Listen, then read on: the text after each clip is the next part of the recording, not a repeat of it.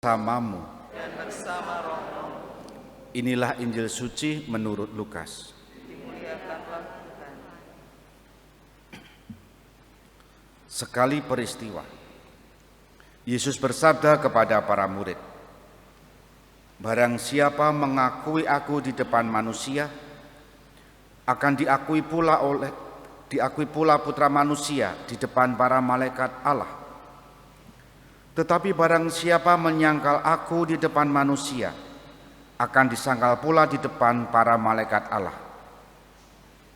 Setiap orang yang mengatakan sesuatu melawan Putra Manusia akan diampuni. Tetapi barang siapa menghujat Roh Kudus, takkan diampuni.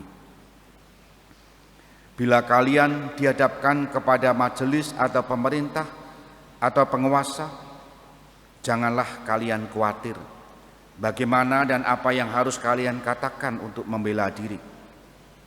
Sebab pada saat itu pula Roh Kudus akan mengajarkan kepada kalian apa yang harus kalian katakan." Demikianlah sabda Tuhan.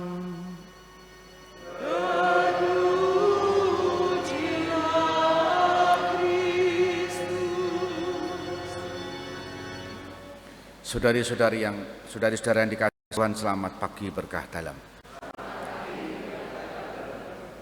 Di dalam penjara, Paulus menulis surat kepada jemaat di Efesus yang hari ini kita dengar kutipannya. Tadi kita mendengar betapa Paulus bersyukur terhadap jemaat Efesus. Dua hal yang membuat Paulus bersyukur, yakni iman mereka, iman akan Yesus Kristus. Dan yang kedua, kasih mereka, hidup mereka dilandaskan pada kasih. Nah, iman itu juga merupakan anugerah pemberian Allah. Paulus tadi juga mengatakan seperti itu. Nah, sementara itu kasih itu sungguh nyata di hadapan mereka dan itu merupakan buah kasih. Maka sekarang secara sederhana kita bisa memahaminya begini. Kasih yang tumbuh dalam jemaat Efesus ini yang dilihat dan dirasakan oleh Paulus, pertama-tama karena itu menjadi ungkapan perwujudan iman mereka. Maka tidak bisa dipisahkan antara iman dan kasih.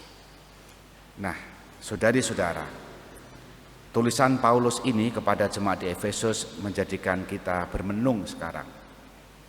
Kira-kira kalau Paulus hidup pada zaman sekarang, melihat hidup kita, apakah Paulus akan menulis surat kepada kita dengan tema yang sama, yakni tentang iman dan kasih, yakni bersyukur karena kita memiliki iman akan Yesus Kristus yang kokoh, sekaligus hidup dalam berkomunitas, dalam kebersamaan juga menampakkan kasih. Rasa-rasanya masih jauh dari itu. Karena kasih butuh diperjuangkan, apalagi hidup di tengah masyarakat yang majemuk.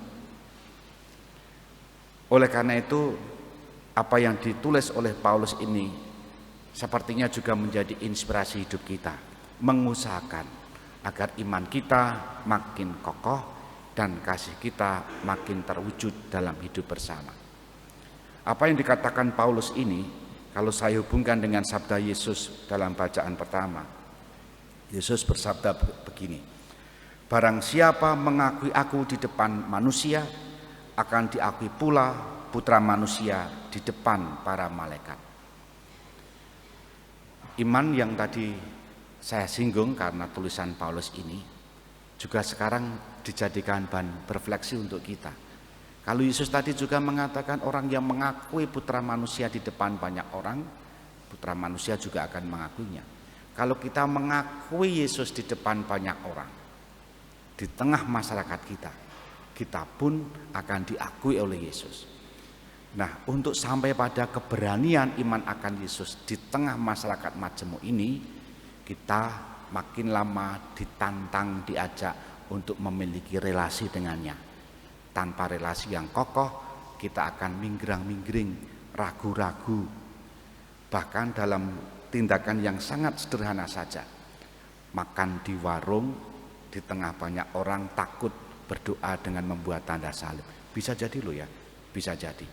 Maka ini membuat kita bermenung bagaimana hidup kita, iman kita, kasih kita. Kita hening sejenak.